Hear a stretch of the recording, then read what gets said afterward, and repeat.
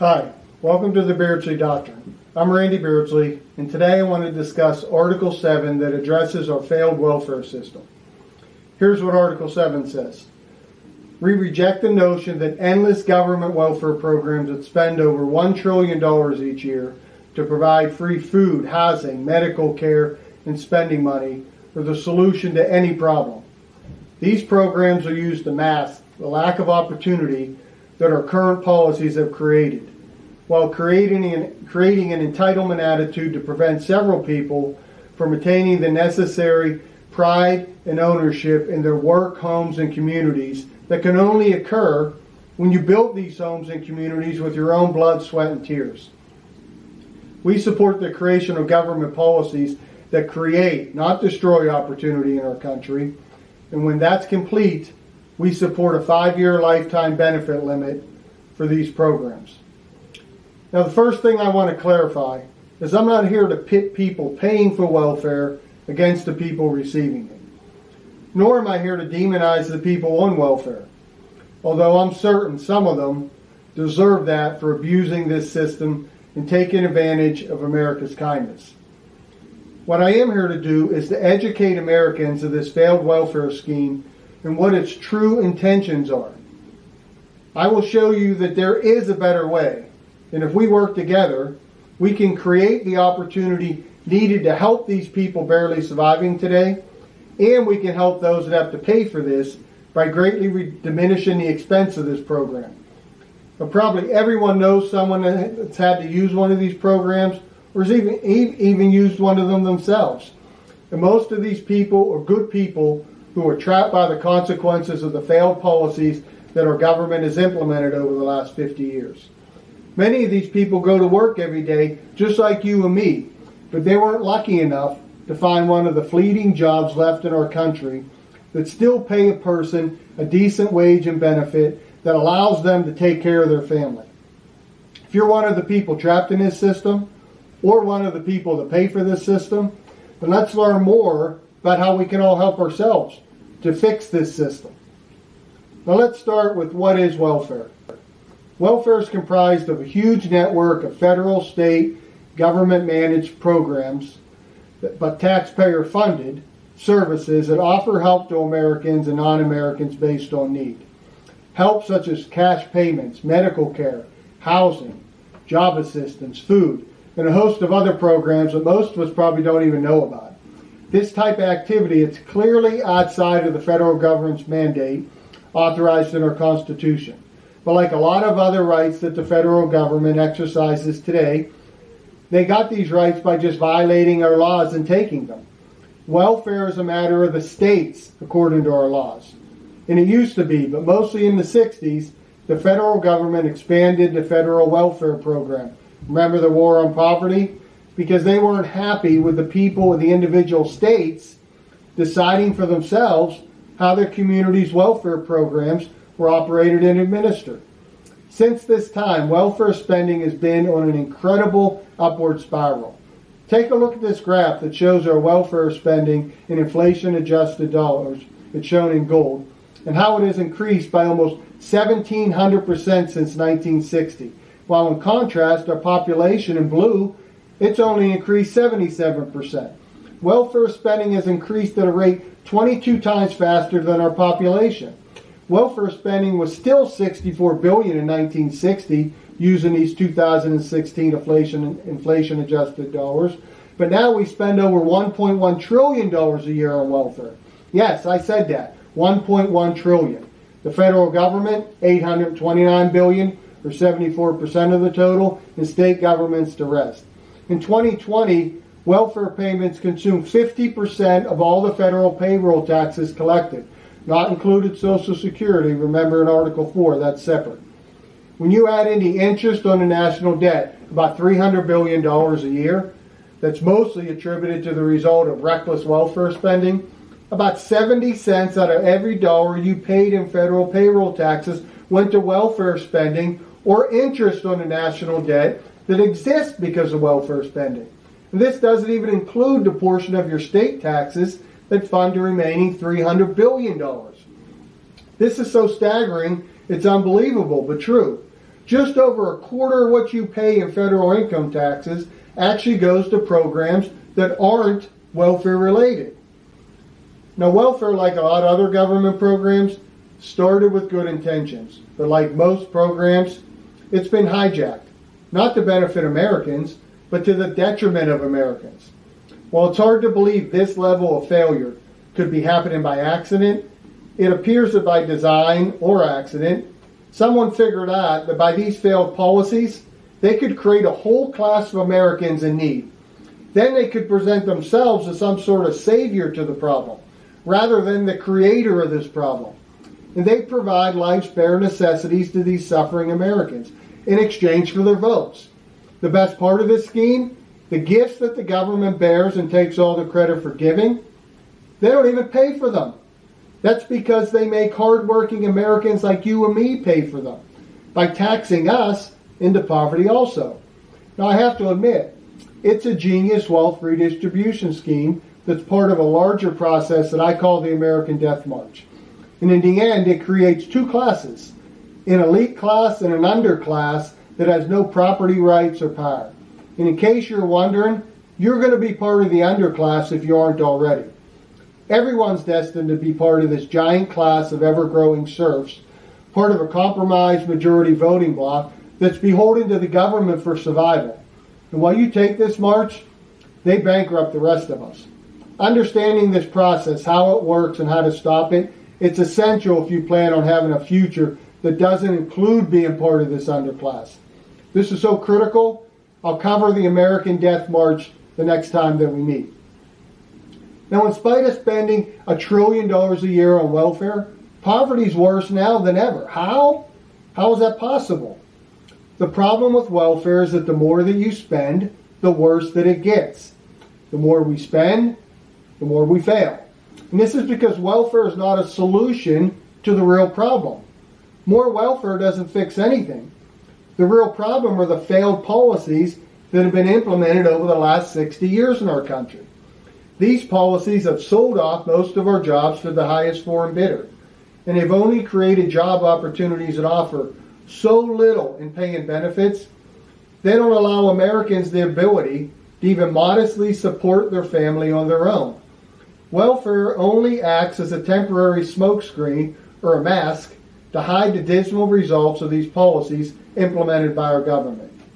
And as these policies continue to fail, it takes ever-increasing amounts of your money to hide the truth. But not only is welfare not a solution, it's part of the problem. It's created a permanent, ever-growing underclass in our country that lives on the fringes of existence. It's incentivized the destruction of our families. It hasn't built up our communities, it's decimated them instead. Welfare has displaced God as the giver of all good things. And the government believes that it has replaced God as the creator of all things that are good. It's crushed the diminishing middle class with excessive taxation. It's created the environment for ever-increasing criminal behavior that we have to live with. And who really knows how many of the crimes that take place while you and I are at work are committed by people on one of these numerous programs. That's a stat the media and the government, they never seem to mention. For some receiving these benefits, they don't express gratitude for these services, rather contempt from those that take from their own family to pay for them. For many, it's created an entitlement mentality that robs these people of the healthy pride and honor that's instilled in a person when they work through their own blood, sweat, and tears to create a future for themselves. And of course, it's created a mountain of debt so large that our country may already be destined to failure because of this debt.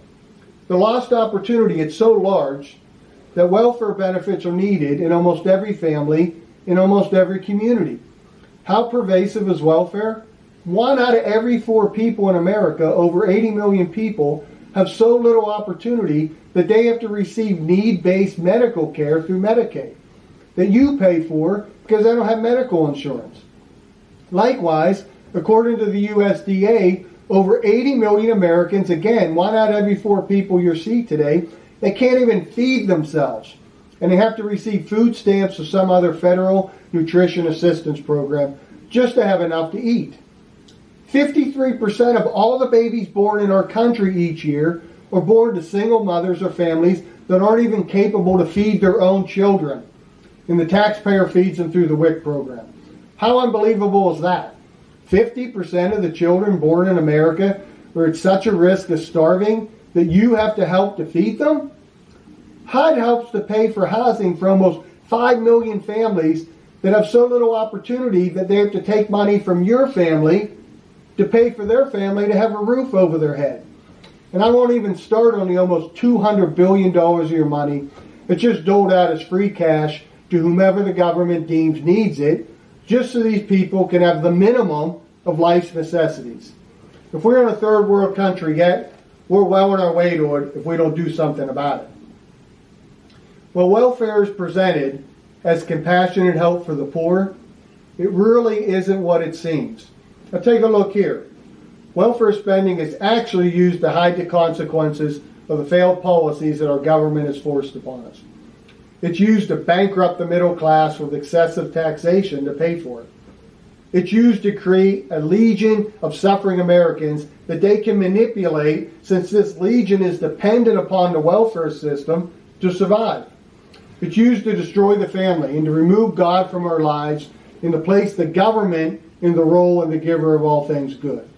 There are a host of failed policies that have been used against our families, but there are two primary policies that have decimated opportunity for Americans and have required this ever-increasing welfare spending to cover them up.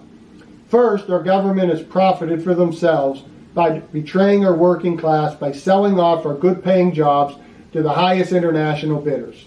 And second, by the betrayal of our national sovereignty by failing to protect our borders and implement a sane immigration policy. Let's take a quick look at the first reason. In 1970, America had 209 million citizens and 18 million manufacturing jobs. America made our own items that we needed to survive. These jobs, they paid well, they provided good benefits. And as you can see, these working Americans allowed us to have a positive trade balance, not a trade deficit. Look at that. We had a $4 billion positive trade balance. We made and exported more goods than we imported. Welfare spending had already almost doubled since 1960, but was still about 20% of all the income tax paid by Americans.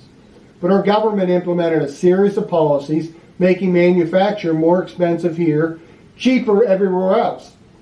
They incentivized imports with special tariff rates, allowed currency manipulations by foreign governments, enforced draconian environmental regulations and costs on our industries while turning a blind eye to foreign polluters. They even used our tax money to give to other countries that they used to subsidize companies to operate at a lower cost than we can. Basically, they got rich by selling off your jobs to the highest bidders. So let's fast forward to today. Even though our population has increased by 122 million, 58%, since 1970, our manufacturing jobs have declined by 33%, or 6 million jobs. And as a result of Americans not making our own products anymore, we have an $800 billion trade deficit. And amazingly, about 70% of your income taxes now go to welfare payments or the interest on the debt incurred by welfare. So our manufacturing jobs look like this over the last 50 years, with our jobs declining in the red and the population growing in yellow. But if our government would have put our futures first, like so many other countries did, our manufacturing jobs would have increased similar to our population. Here is shown in blue how our jobs would have grown if we would have had 28 million manufacturing jobs today, but instead shown here in red, I added the actual jobs where we lost 6 million jobs and only have 12 million manufacturing jobs. That's 16 million person job swing. And as a result of these missing 16 million jobs, we now endure an $800 billion trade deficit. You'd have to add up the next 73 worst trade deficit countries in the world to total our trade deficit. That's how bad we are.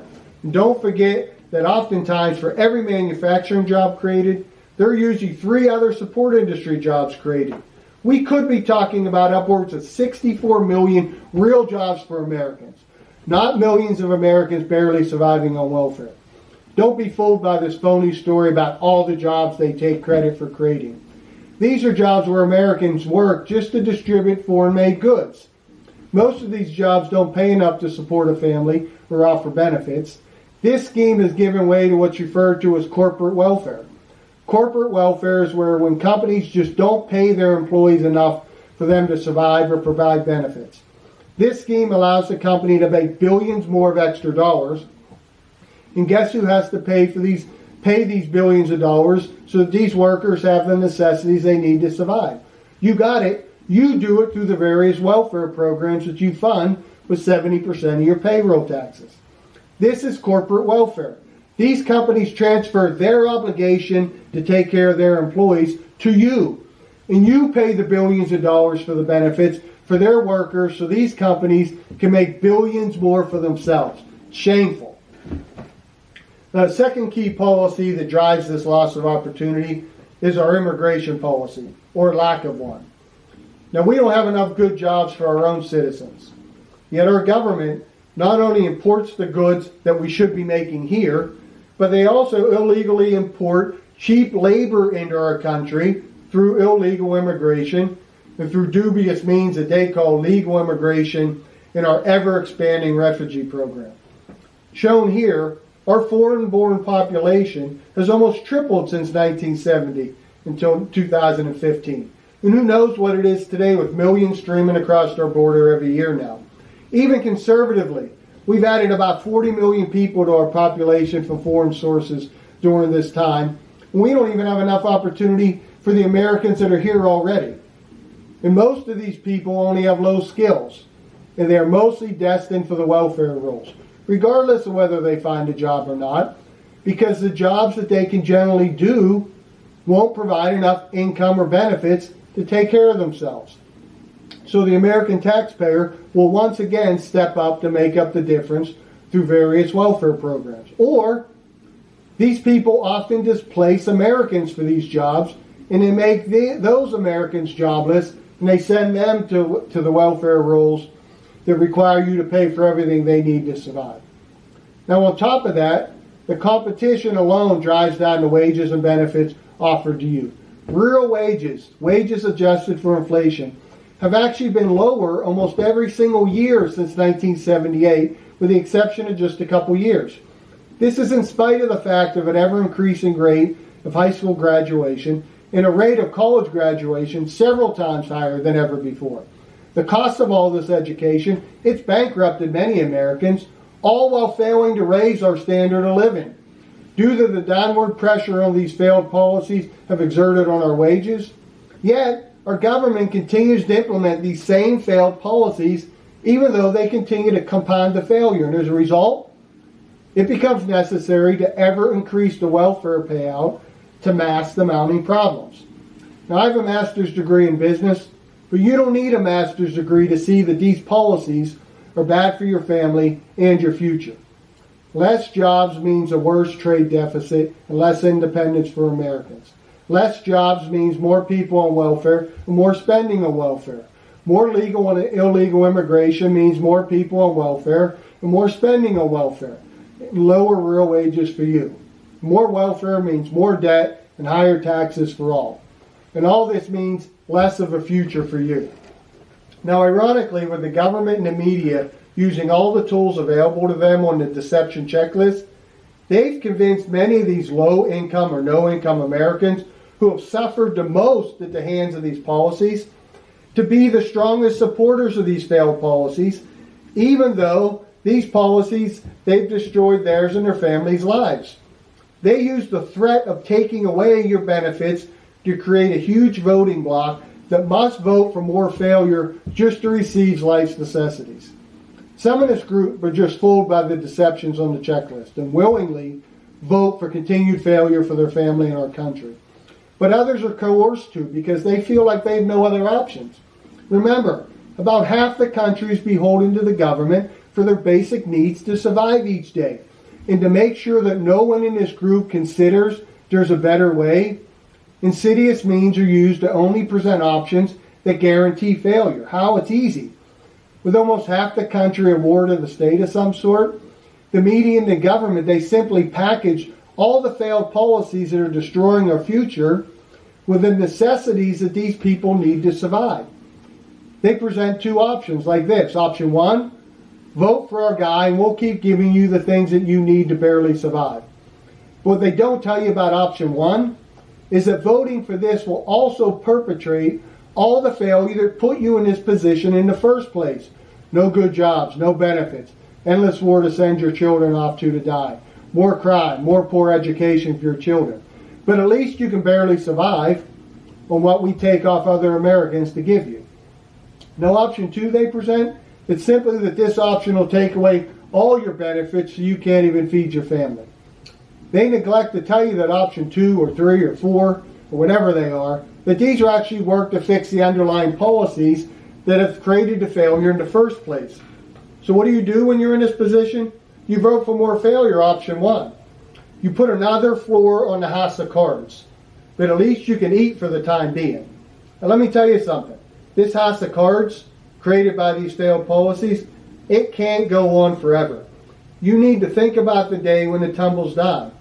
When our government can't print any more money to buy your votes, and they can't take it off other working Americans anymore because their opportunities are gone also, and they also have to rely on the government to survive, what happens then? If you're holding on that those that perpetrated this crime on America are going to suddenly develop a conscience and pay for your bare necessities out of their huge pile of money that working class Americans used to have, I think you're going to be in for a big surprise. And when we get to this point, we're getting close, it's game over for our country and our future. So rather than wait for that dreadful day, maybe today's the day that we all need to start to work to implement a solution that's focused on correcting the failed policies that have put almost every American in the poor position that we're in now.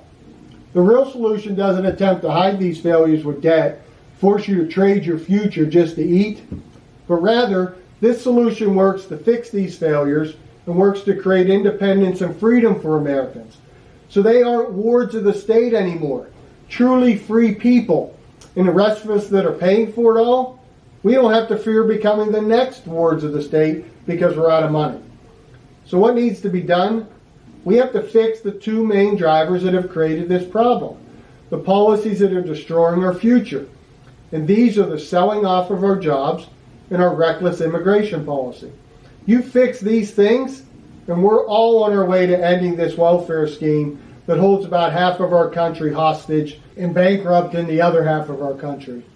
And once we've reclaimed the jobs and futures that these people sold off, we'll find that we can use these welfare programs as we intended, as a temporary solution to help people and families in need. These programs must also be reworked to promote pride, training, self-sufficiency, and a sense of urgency. And we have to root people out of this system that are abusing it, taking advantage of us. This is especially true of people that partake of these benefits.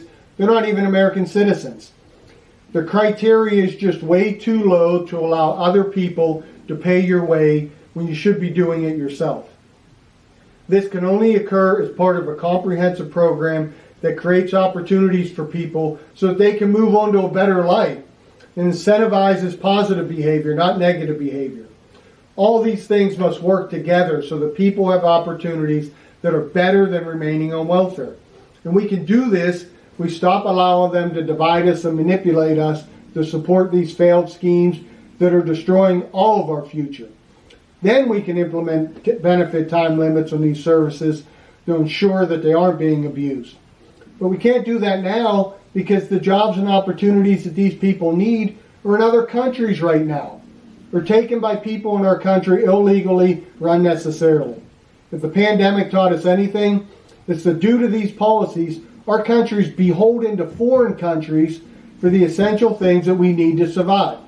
Medicine, electronics, cars, you name it. All the things that we need, most of the things that we invented, we engineered, and we used to make here, all gone now as a result of these failed policies.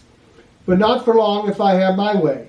Because I believe that Americans, we're not content on being beholden to others for our survival or our success.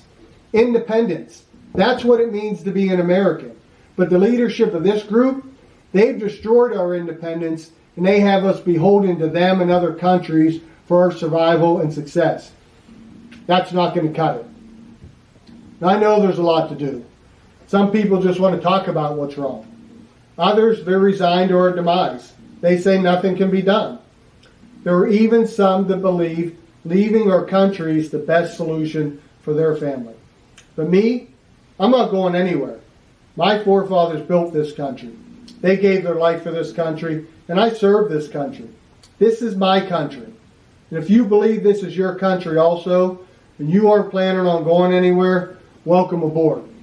If you're an American that just isn't ready to watch our government implement one failed policy after another, policies that are destroying our future and creating so few opportunities, we must spend trillions of dollars just for almost half the population to barely survive while bankrupting the other half to pay for it, then it's time to do something about it. Let's start to work together to put America first. Now, when we meet next, I want to discuss in more detail the American Death March. A march that concludes with the end of America as we know it, unless we have the courage to turn back now. If you're the least bit curious of how our country went from a world leader to the fringes of a third world country in only 50 years, and you're dying to find out how it all ends, keep doing nothing. You might just get your wish. I'll see you next time.